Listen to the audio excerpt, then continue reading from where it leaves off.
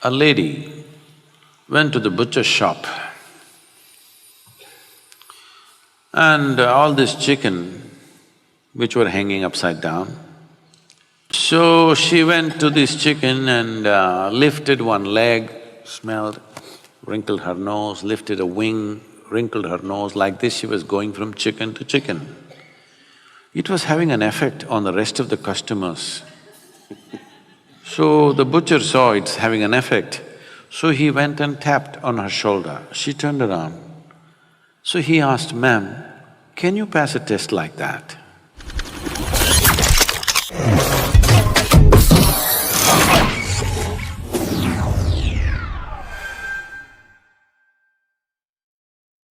This lady. Hi Sadhguru, welcome to Australia. And I have a question. Sometimes we get in a situation when we're surrounded by people who have a very high expectation in terms of us. And when we cannot fulfill the expectation, you start to feel a very terrible feeling of guilt. And it's okay when it's your mother-in-law, you can kind of cope with that, but sometimes it's your parents, for example. I have no problem, I have nothing against her, I just joking. Yeah. And sometimes it's the people who's very close to you, like your parents, and you cannot really fulfill the expectation because you would like to do in your life what you want to do, and obviously it's not what they want. And how to cope with that feeling of guilt, and also what do you think, what kind of relationship should be between the parents and the children? Thank you.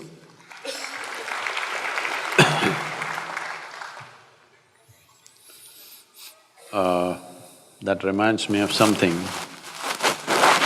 See, one thing is, it's not just between parents and children, just about every relationship, everywhere. People have all kinds of weird expectations. It's like this. A lady went to the butcher shop and all this chicken which were hanging upside down, dressed chicken. Poor chicken, feathers are their dress. You rip it off and say they're dressed. So she went to this chicken and lifted one leg, smelled, wrinkled her nose, lifted a wing, wrinkled her nose, like this she was going from chicken to chicken.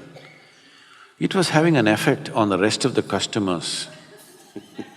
So the butcher saw it's having an effect, so he went and tapped on her shoulder. She turned around. So he asked, "Ma'am, can you pass a test like that?"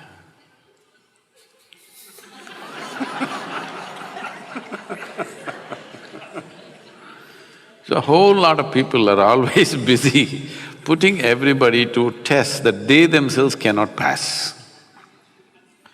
Especially parents. Parents think all the things that they could not do, they must achieve through their children. So they should have bred racehorses. I want you to understand this. Children are not your property. It's a privilege, another life came through you. You must enjoy it. Do your best to nourish it. What it becomes is not your business. Your business is to support it, create a wonderful atmosphere around it, create an ambience where it grows well. I'm using the word "it" consciously. Like a tree, like a plant, you just create the nourishment that it needs, it grows. Well, is it going to bear apples, pears, mangoes, or just flowers, or just nothing? We don't know. Only thing is, your wish is, they must grow to their full potential. They are not an extension of your ambitions. They're not, and they need not be. So, this is because people think they own their children. No, they're not your property. I think these days they're telling you, older generation hesitated to say this. This generation, by the time they're 10, they're telling you, you got no business to tell me what to do. So does it mean to say you don't say anything to them? No, it's your business to see, because if you don't guide them, somebody else will on the street. Or somebody will do it long distance on the internet, all kinds of creatures are out there. All right. So yes, to protect them, to nourish them, to allow them to explore their possibilities, it is your business to do that as a parent. But parents' concern may be, what will happen, what will happen, what will happen? My dear father, he's 95, he's a physician. In his mind, that generation of Indians will understand that. Unless you become a physician, you're no good. So I was no good. But that was good for me, because when you're no good, nobody pays enough attention, that's all I wanted. That they leave me alone. So, I'm just saying, he's always worried, what will happen to this boy? His concern is this boy has no fear in his heart, what will happen? So one day when I was 11 years of age, he said this, I came home with a 12-foot cobra, he was my friend. And he said, this boy has no fear in his heart, what will happen? Then I asked him, when did fear become a virtue? When did this happen? He said, see, I told you he has no fear in his heart. I said, that's fine, but when did fear become a virtue? Why is it like this? Why fear, anger, all these things have become virtues, is it? Tell me, when you go through fear, is it fantastic? Hello? It's one of the most terrible emotions you can go through. Why are we thinking that we should be fearful of our future, not only of your future, of anything that you do, and you're even God-fearing, all right? Fearful about everything. What is the point? There is no such thing.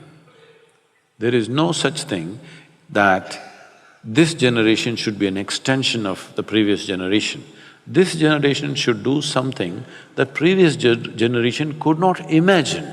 That is when there is a purpose to this generation, isn't it? Otherwise, what's the point if you're going to do the same things?